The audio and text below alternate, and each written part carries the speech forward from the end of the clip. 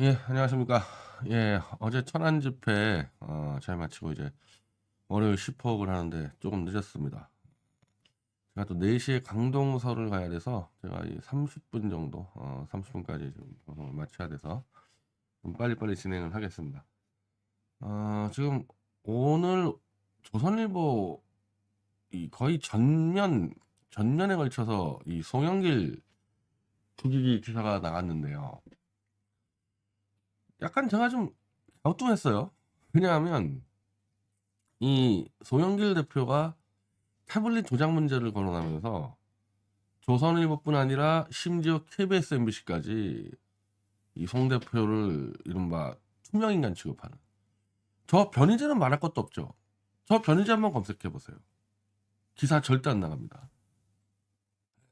태블릿 조작에 한국 언론사 전체가 공범이다 보니까 태블릿 조작을 주장하기 시작하면 언론에서 다 안 달아버려요. 실제로 제가 방송에 출연하던 KBS, YTN 태블릿 조작 주장하면서 다 잘렸죠. 뭐 어쩌고저쩌고 탄압 뭐 어쩌고저쩌고 하는데, 민주당 쪽 농객들이 저만큼 이렇게 일관적으로 문재인 정권부터 이 윤석열 정권에 이어져서 탄압받는 경우는 민주당 쪽은 없어요. 왜? 민주당은 어차피 조작 수사에 대해서는 윤석열과 한 배를 탔었기 때문에 그때까지 원팀 아니었습니까? 그래서 저는 7년 동안 윤석열의 조작 수사를 계속 지지했기 때문에 윤석열의 조작 수사를 지원했던 문재인 정권에서도 탄압받고 조작 주범인 윤석열 정권도 탄압받는 거죠. 그럼 원래 이런 탄압을 받으면 언론이 지원해줘야 되는데, 언론도 이 윤석열의 조작 수사의 공범들이다 보니까 한겨레, 경향, 오마이, MBC, KBS, 조중동 모두 어떻게 할 수밖에 없냐, 투명인간 한 수밖에 없는 거야. 그래서 송 대표 이전에 안진걸, 김용민만 해도 뭔가 활동할 때 언론이 보도를 잘했었는데, 이 사람들이 태블릿 조작을 얘기하면서 역시 또 투명인간 취급하는, 이게 지금 보통 심각한 문제가 아닌 거죠. 뭐 저는 이제 뭐 완전히 태블릿 조작은 다 잡았다 생각하기 때문에 뭐 한동훈 체포하고 윤석열 무너뜨리는 거는 시간 문제인데, 이들과 같이 공범 역할한 KBS부터 이 언론들 이거 어떻게 처리할지 이거 정말 난감합니다. 이거 제 생각에 싹 다 없애야 될 것 같거든요. 더 이상 저는 썩어 빠진 기자들 데리고는 개과천선될 가능성도 없고 그냥 쓸어버리고 새로 해야 된다고 생각하거든요. 자, 그러니까 송영길 대표 같은 경우도 태블릿 PC 지르기 시작하면서 이제 언론이 은폐를 하는 이런 상황이 왔었는데, 자기 출판 기념회에서 그냥 지른 거야. 지지자 앞에서 윤석열, 한동훈 나쁜 놈 질렀을 뿐인데, 그렇게 이 송 대표를 투명인간 취급하더니 한동훈이 공식 성명서를 통해서 송영길을 586 꼰대 어쩌고저쩌고 하면서 이제 공격을 시작합니다. 아니, 재야 정치인이 자기 출판 기념회에서 질렀다고 해서 법무장관이 법무부 공식 성명서로 대응을 한다? 물론 한동훈 같은 그 밴댕이 소갈머리 같은 인간들은 할 수 있는데, 그렇게 따지면은 지금 이 한동훈 이 태블릿 조작에 대해서 저는 얼마나 많이 떠들고 있습니까? 다시 한번 한동훈은 태블릿 조작에 대해서는 아무 대응하지 못한다는 게 드러나는 거죠. 근데 나는 한동훈의 그 좁은 속 때문에 벌어진 일인 줄 알았는데, 조선일보에서 이 거의 뭐 엄청난 양의 기사, 한 2면짜리 기사를 써서 송영길과 586을 묶어서 586 전체를 파묻어 버리겠다, 이런 기획이 들어간 걸 보고, 아, 한동훈이가 성명서를 낸 게 조선일보의 지령에 따른 거구나. 한동훈이야 그냥 조선일보가 시키는 거 다 하는 놈 아닙니까? 그 지령을 받아서 송영길을 이용해서 586 전체를 쓸어버리면서 민주당을 무너뜨리겠다, 이 조선일보와 윤석열 정권의 이제 공작이 시작된 거죠. 그렇지 않고서는 송 대표의 출판 기념회 발언 가지고 이 난리법석을 칠 이유가 하나도 없어요. 근데 송 대표의 그 발언 취지 맥락은 싹 빼고 약간 좀 과한 표현, 한동훈 이 어린 놈의 자식 요것만 딱 따서 이제 586을 쓸어버린다. 만약에 이 조선일보에서 이 송영길 대표의 출판 기념회에 있었을 때 그 발언을 전면 소개했으면 어땠을까요? 미디어치 좀 볼까요?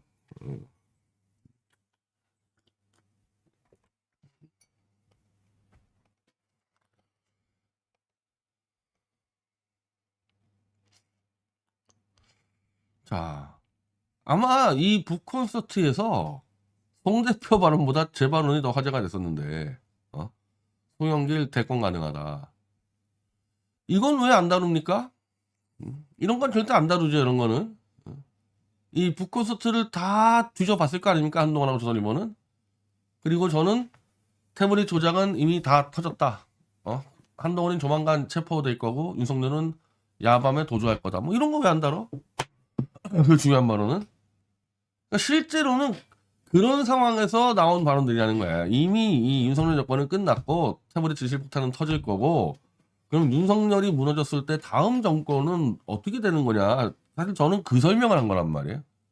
그리고 어찌 보면은 송 대표는 그에 대한 화답을 한 거나 마찬가지인데 그 내용 싹 빼버리죠. 근데 그렇다 하더라도 이 한동훈과 이 조선일보가 이런 식으로 소영길 발언을 침소봉대에서 덮치기 시작하면요, 결국 그 많은 사람들이 관심을 가지면은 송 대표의 지금 행보에 대해서 이해를 할 수 있는 기회가 되는 거지. 차라리 지금처럼 투명인간 취급하는 게 난데, 예를 들면은 전에 이 태블릿 조작 세력은 변희재 제 이름 절대 안 꺼내지 않습니까? 그렇게 해서 막 1년 2년이고 버티고 가는 거거든요. 조금이라도 제가 올라서는 순간에 얘네들은 죽어요. 쉽게 얘기하면은 제가 MBC 100분 토론에서 태블릿 조작이 아니라고 주장하는 윤석열의 쪽 하나 한 명하고만 제가 토론 한 60분 해버리면 그날로 끝나는 거예요, 윤석열 정권은. 그러니까 그걸 막아야 되니까 변희재 등등 변희재와 함께 태블릿 조작을 얘기하는 사람들 다 투명인간 취급을 해왔단 말입니다. 근데 이번에 한동훈과 이 조선일보는 소영기를 이용해서 한번 판을 엎어보려고 과도한 오바를 해서, 이렇게 되면 오히려 송영길 대표의 발언권이 다시 세지는. 한동훈이 공식 성명서로 되어 있으니까 소영길 대표도 지금 조선일보하고 한동훈 대해서 공식 성명서로 대응하면 받아 쓸 수밖에 없는 상황이 되지 않았습니까? 뭐 저한테 뭐 자문이 와서 저는 한동훈의 태블릿 조작 수사 그냥 그대로 질러라. 뭐 저는 그렇게 자문을 했어요.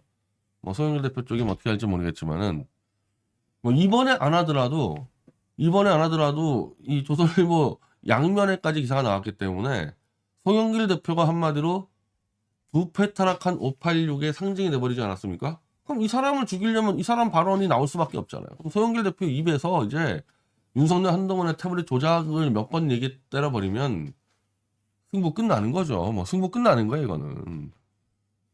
뭣도 모르고 위험한 짓을 한 거죠. 그리고 586 문제에 대해서 이 조선일보는, 이건 문화일보 사설이네요. 뭐 조선일보, 문화일보 뭐 지금 이 윤석열 어용 언론들이 다 총동원되고 있습니다. 아까 오다 보니까 이 조갑제 TV도 설치고 있던데, 자, 인천시장 공당 대표가 지낸 지도층 인사의 발언이 만취한 시정 대표 수준. 그게 아니라니까 이 돌대가리들아. 그게 아니고 이미 윤석열 한동훈이는 범죄자야. 증거를 조작한, 대통령을 감옥 보내기 위해서 증거를 조작한 중범죄자들이야. 그 전제로 얘기를 한단 말이야. 그럼 그런 놈한테 이런 정도 발언 못해? 이 건방진 놈이 어디 있냐? 어린 놈이 국회에서 300명 인생 선배, 검찰 선배들을 조롱하고 능멸했다. 물병 있으면 머리에 던져버리고 싶다. 나는 목을 따버리겠다 그러고 있는데, 나는 목을 따버리겠다 그러고 있는데, 사형시키겠다 그러고 있는데, 그런 중범죄자들이 대통령 법무장관하고 있는데 이 정도 세게 발언할 수 있는 거지.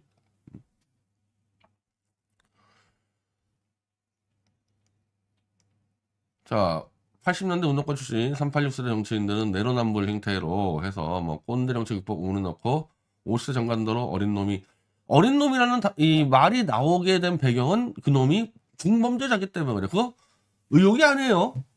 의혹이었으면 제가 벌써 감옥 갔겠죠. 한동훈의 범죄는 밝혀졌습니다. 입도 못 열, 입도. 내가 아무리 이놈을 목을 따버리겠다고 얘기해도 입도 못 열잖아요. 이런 범죄자입니다. 운동권 경력을 수십 년 우려먹는 인사들도 수두룩하다. 문제가 불거져도 끼리끼리 덮어주길 수다. 김민석 의원이 송영길은 내가 보증한다. 뭘 보증한다고 얘기를 안 해줘. 뭘 보증한다 그랬냐면 김민석 의원이 송영길은 돈 욕심이 없다. 송영길 출판 기념회에서 이 여러 사람들이 그 밥 나눠주는 목사 있잖아요. 최일도 목사. 최일도 목사가 정말 이 깜짝 놀랄 만한 얘기를 했는데, 소영길 대표는 결혼을 하면서 절대 25평 이상의 집에서 살지 말자. 끝까지 우리는 서민의 그 정서를 이해하기 위해서 우리가 정치적으로 성공해도 25평 이하 집에서만 살자. 그래서 지금도 25평 이하에서 집에서 이 월세로 살고 있다는 거고, 수입의 25%는 무조건 기부를 하자. 그래서 국회의원 세비, 뭐 인천시장 월급 다 들어오는 대로 25%는 계속 꾸준히 기부를 해왔단 말입니다. 그러니까 인천시장의 급여가 뭐 한 1억, 연봉이 1억 넘죠. 연봉이 1억 8천 정도 되는 거 알고 왔는데, 자, 그래서 그때 송영길이 4천만 원의 뇌물을 받았다고 뭐 언론에 흘렸을 때, 송 대표가 한 6개월 정도만 기부를 안 해버리면은 4천만 원은 그냥 들어오는 건데, 기부를 안 해버리지. 차라리 그걸 왜 뇌물을 먹냐. 그러니까 김민석이 지금 보증한다는 거는 다른 운동권하고도 확연히 다른. 그러니까 김민석까지 포함해서 뭐 우상호, 이인영 포함해서 송영길처럼 의도적으로 이 물질과 벽을 쌓고 사는 운동권은 없다고 봐야죠. 운동권뿐이 아니라 이 정치계에서 거의 없다고 봐야죠. 인천에서 그렇게 국회의원 여러 번 하고 인천시장까지 했으면은, 그리고 변호사 출신이면은 채무를 채울 수 있잖아요. 근데 그 채무를 아예 안 채우겠다. 자기는 끝까지 정치할 거니까 채무를 안 채우겠다. 그러니까 그런 사람에게 돈 봉투 의혹이 들어갔으니 송 대표가 돌아버리지 않겠냐 이거야. 이게 평생 돈 문제만큼은 자기가 완전히 청렴결백하게 살겠다고 다짐하고 그렇게 실천해 왔는데, 정치인들 후보 캠프에서 자기들 활동비 정말 소액을 나눠 가진 것 같고 송영길이 뇌물을 먹은 것처럼 뒤집어 씌우고 있으니까 이런 정도 얘기할 수 있는 거죠, 한동훈한테. 그리고 단지 어린 놈만 된 게 아니라 이미 그 앞에서 저놈은 범죄자라는 게 다 얘기가 됐던 상태고. 자, 그러면은 송영길 대표가 그러면 이 586 정치인의 이 부패와 타락과 이 기득권의 상징으로 지금 몰아가고 있는데, 진짜 그럴까?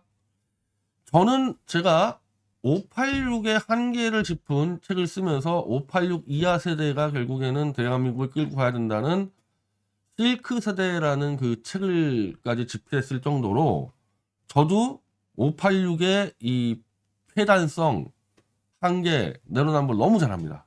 너무 잘 알아서 그 세력을 갖고는 도저히 대한민국은 발전할 수 없다는 걸 확신을 갖고 있어요. 근데 우리가 어떤 세대론을 얘기할 때 굉장히 조심해야 될 게, 그럼 그 세대는 전체가 다 폐기 처분되는 거냐? 그 세대의 잘못된 문화, 잘못된 정서를 극복하려고 부지런히 노력한 사람도 있을 거 아닙니까? 그 사람들이 중심돼가지고 세대 개혁이 되는 거예요. 예를 들면은 586에 심각한 문제점이 있는데 그 바로 아랫세대인 70년대생들의 문제점 없냐, 전체적으로. 여기도 심각한 문제가 있어요. 70년대생도 내가 보는 과정에서는 그냥 세대 전체가 가장 좌익화되어 있는 세대입니다. 70년대생들은. 그걸 자기들이 스스로 공부하고 따져서 좌익화된 게 아니라 586 몇몇 리더에 헷가닥해가지고 그냥 와 따라간 거야. 한마디로 비판적 소통 능력이 거의 전무한 세대가 70년대생인데, 그럼 70년대생인 저 같은 사람도 다 같이 끝나는 거냐? 아니란 말이에요. 거기에 대해서 문제의식을 갖고 계속해서 이 세대 문제를 짚어갔던 사람들이, 그 사람들이 이 세대를 끌고 갈 수밖에 없는 거 아닙니까? 그러니까 586의 그 썩어 빠진 부패 타락한 세대는 그거를 극복하려고 부지런히 노력한 송영길 같은 사람이 끌고 가는 거고, 이 무슨 가두리 개들이처럼 그냥 이 586 이 운동권 떨거지들이 지르면은 그냥 우르르 몰려갔던 70년대생들은 저 같은 사람이 끌고 가는 거예요. 저도 세대에 대해서 계속해서 그 한계가 비판해왔던 사람이란 말이에요. 자, 그럼 송영길은 586의 이 문제점을 어떤 식으로 극복해 왔냐? 저거 뭐야?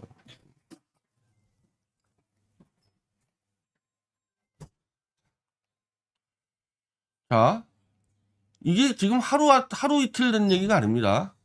송영길, 한미 FTA, 민주당 책임있게 정치야. 이게 뭐냐면 2011년도 얘기인데, 한미 FTA를 노무현이 추진했죠. 그러니까 노무현이 제가 얘기했듯이 정책은 운동권 가두리를 넘어섰는데 정치 의식은 운동권 가두리에 갇혀있는 비극적 정치인이었단 말입니다.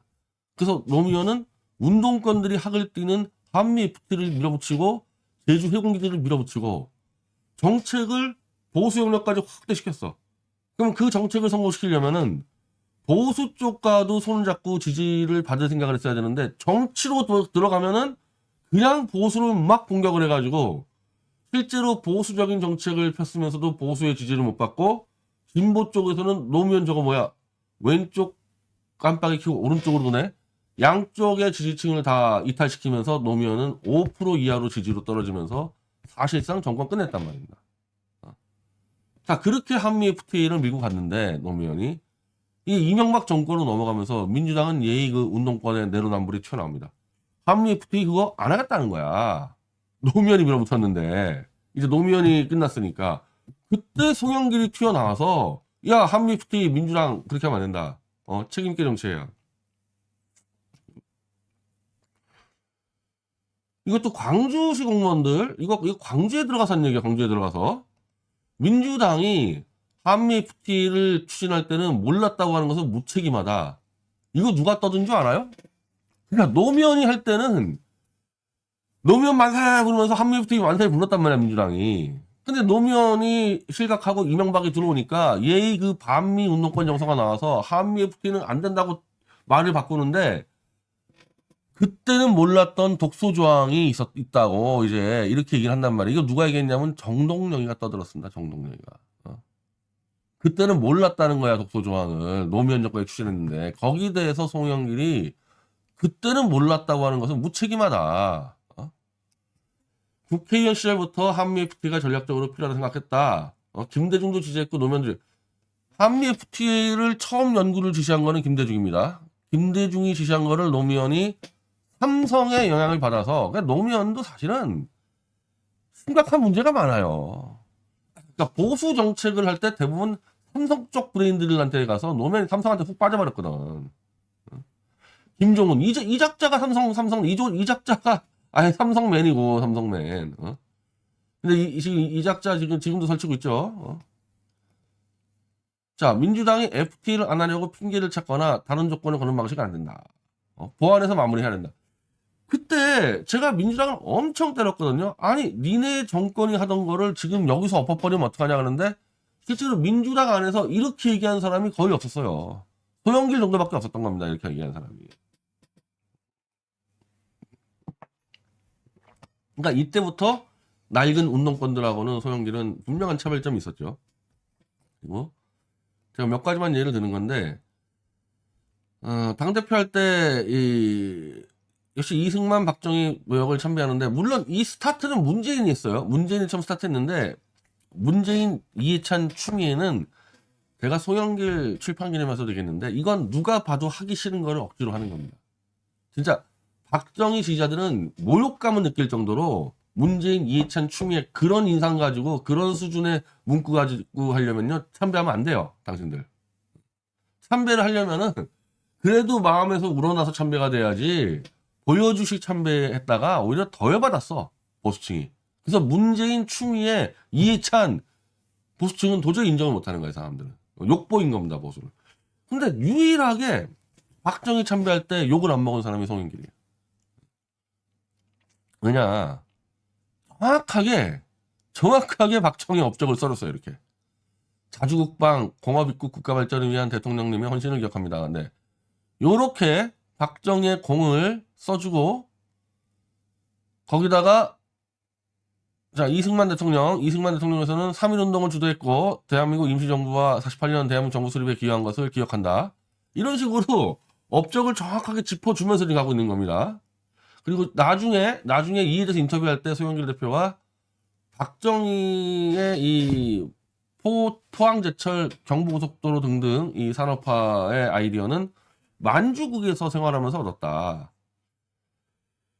물론 송 대표가 그 백선엽 등을 비판할 때 보면은 이 만주국 출신들에 대해서 여전히 이 안 좋은 감정을 가지고 있는데 그걸 좋게 보든 안 좋게 보든 국가 지도자라면은 자 우리가 박정희의 그 산업화에 대한 발상과 밀어붙이는 힘에 대해서 인정한다 그러면은 왜 다른 사람들은 못하는 거를 박정희는 해낼 수 있었냐? 그 원천을 찾아봐야 되거든. 그 원천이 뭐냐? 송 대표가 짚은 대로 박정희는 만주 군관학교를 다니면서 만주에서의 경제 개발이 되는 거를 그대로 지켜봤거든요. 거기서 봤던 거를 그냥 한국에 접목시켜버린 겁니다, 박정희가. 그걸 알아야지 박정희 정신 얘기할 수 있는 건데, 실제로 박정희가 위대하다? 그 위대함이 어디서 왔는지를 만주에서부터 얘기하는 사람은 보수에도 별로 없어요, 보수에도. 왜? 보수에서도 박정희를 공부하는 인간들이 없어, 보수에서. 그냥 박정희 만세 불러서 돈이나 먹으려고 그러지. 그리고 저는 송 대표가 박정희의 이 산업화의 원천을 만주에서 봤다 그러면요.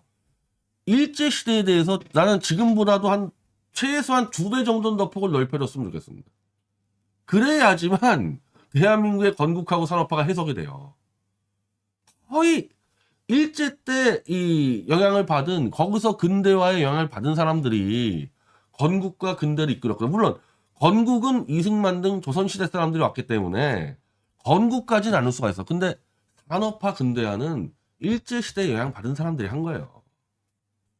그래야지만 일제 때 뭐 했다, 야, 너희 친일파 죽여. 이런 얘기들이 없어지는 거고, 우선순위로 당연히 독립운동가들이 대우받고 그 중심 가야 되지. 근데 그 안에서 어쨌든 일제가 세운 관청 교육기관에서 자기 전문성을 닦아서 건국 이후로 대한민국을 끄는데 역할했던 사람들을 함부로 친일파로 매도하지 않는, 그렇게 돼야 될 거 아닙니까?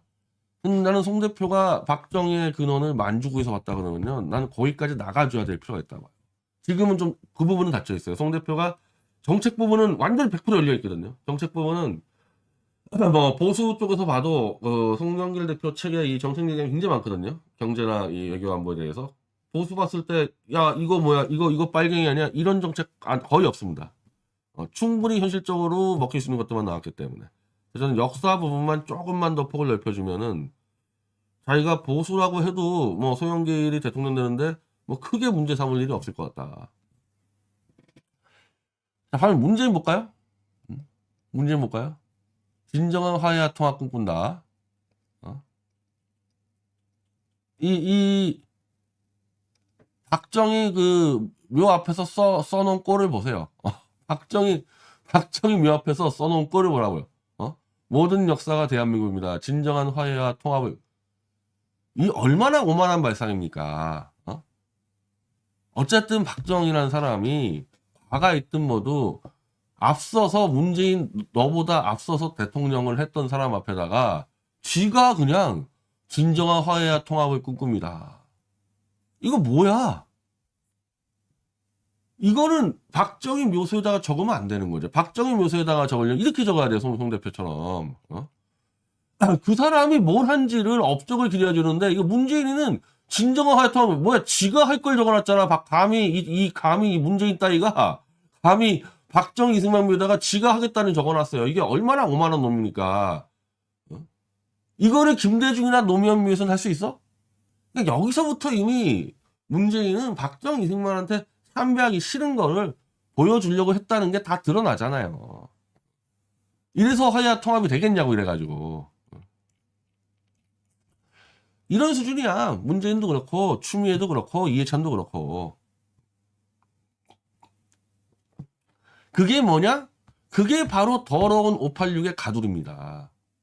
가두리 안에 국민들을 가다 놓고 여기는 우리는 무조건 김대중 노무현, 박정희 이승만은 이 쓰레기들, 저 보수는 초부사령들, 이렇게 해가지고 계속 가두리에서 그 인간들의 고열을 빨아먹고 사는 게 586 정치인들이거든. 그게 문재인이야. 그게 문재인이고 이재명이고 정청래고 이런 인간들이야, 그게. 그걸 송영길은 극복하려고 계속 혼자서 계속 운동권들한테 그렇게 욕먹고 조롱당하고 그래서 간 거예요. 제가 한 3개월 전에 송영길하고 맞먹는 수준의 운동권 지도자, 전대협의 정말 유명한, 이름은 얘기 안 할게요. 근데 이름만 되면 누구나 다 아는 송영길급의 전대협 지도자랑 우연히 제가 여의도에서 마주쳤는데, 뭐라 그랬냐면요, 그 사람이 송영길 때문에 586은 다 망했다고 난리를 치는 거야, 그 사람이. 왜 그럴까 내가 물어보니까, 이재명 같은 그 밑바닥 그 양아치를 왜 송영길이가 지지해가지고 망쳤냐. 근데 여기서 참 이게 아이러니가, 그 당시에 이재명이가 좋은 놈이고 나쁜 놈이고 어쨌든 당원과 국민의 선택으로 올라온 사람 아닙니까 그게. 그럼 어떻게 해야 되느냐의 문제에서 뭐 저는 이재명 같은 인간은 애초에 X라고 보기 때문에 저는 안 도왔겠지만은 586들 같은 경우는 이재명에 대한 이 한계를 저 같은 입장에서 보는 게 아니라 어디 그 개벽다구 같은 그 족보도 없는 놈을 우리 같은 학생회장 출신들이 왜 이렇게 밑으로 가냐 이런 마인드였단 말이에요. 이런 마인드. 이런 마인드였기 때문에 전대협 출신들이 이재명을 안 도왔는데 송영길은 이제 그게 잘못됐다고 얘기하는 거 아닙니까? 그게 당원과 국민이 선택한 민주당의 대선 후보를 왜 전대협 회장들이 안 돕냐? 무슨 전대협 회장이 감투냐? 사실상 혼자 도왔잖아요. 그러다가 또 이재명 시켜준다고 자기 인천 계양을 지역구 그거 완전히 그 꼬집은 당선되는 지역구 넘겨준 거 아닙니까? 국회의원들이 지역구를 넘겨주는 거는 그건 자기 와이프 넘겨주는 거랑 거의 맞먹는 수준인 거거든요. 그러니까 이런 거 하나하나가 소영기는 기존의 전대협 학생회장단과는 분명히 다른 행보를 보여왔다는 겁니다. 그거를 소영길 씨는 자기들은 원래부터 학생회장을 했었기 때문에 20대 때부터 어쨌든 장을 했잖아, 장을. 그러면 그런 사람들이 정치를 한다 그러면은 자기는 임종석이든 누구든 모든 자기 이제 전대협 출신들은 다 대통령이 되는 거를 꿈꾸고 정치를 한 줄 알았대. 그래서 대통령이 되기 위해서라면은 범광범위하게 공부를 해야 되는 거 아니냐. 외교도 공부해야 되고 경제도 공부해야 되고 또 반대편인 보수도 공부해야 될 거 아니야, 보수도. 근데 자기는 꾸준히 공부를 했는데 이 전대협 학생회장들은 그냥 그대로 패거리들의 가두리 이익만 얻으면 되니까 끊임없이 국회의원 선수만 늘려가면서 전대협 패거리 만들어서 자기들 이권만 챙기면 되는 거 아니야? 공부를 안 한다는 거죠. 공부를 안 한다고. 함세웅 신부가 이 북콘서트에 와가지고 운동권들이 송영길을 싫어한다. 왜 싫어하냐? 이 술 먹고 조직만 만들고 패거리 만들어서 으쌰으쌰 해야 되는데 소영길은 계속 공부만 해가지고 다들 싫어한다. 우리가 어디 학급에 들어가면 혼자 공부하는 놈 있으면 열받잖아요. 나는 놀고 있는데. 그래서 지금 소영길은 지금 이 조선일보하고 한동훈이가 지금 죽이려고 작정한 터지는 운동권 생산론 바로 이 운동권 세대로부터 소영길은 왕따를 당하고 있는 거예요. 왕따를 당하고. 네, 운동권의 폐단을 극복하려고 하다가 왕따를 당하고 있는 거거든.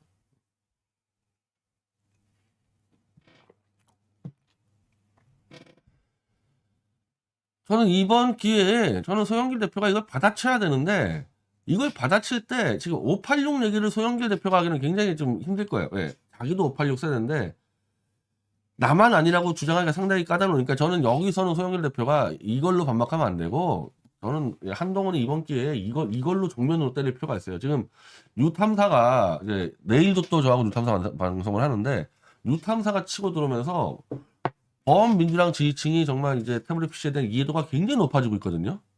이걸 활용해서 그냥 한동훈하고 이걸 윤석열까지 포함해서 지금 열린민주당의 김상균 대표가 이제 아예 플랜카드로 윤석열 한동훈은 장시호 태블릿 조작 자백하라 막 이런 거 걸려 그러거든요. 그 현수막 문구 그대로 너희 자백하라고 치고 나가면서 이들의 범죄 행위를 이슈화시키는 게 좋겠다. 이 논쟁은 소영길 대표가 직접 들어가 봐야 여기서 얻어 걸릴 게 별로 없어요. 이거는 저 같은 사람이 해줘야 되는 거예요. 저 같은 사람이. 586을 꾸준히 비판했던 저 같은 사람이 해줘야 되는 거예요.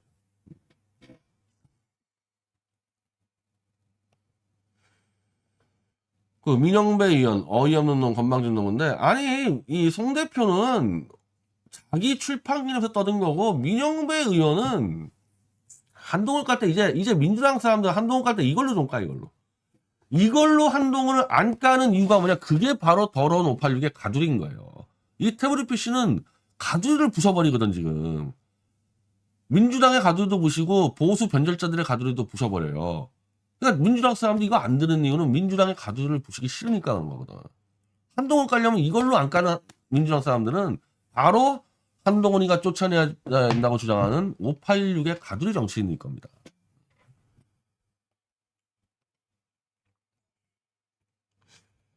자, 시간이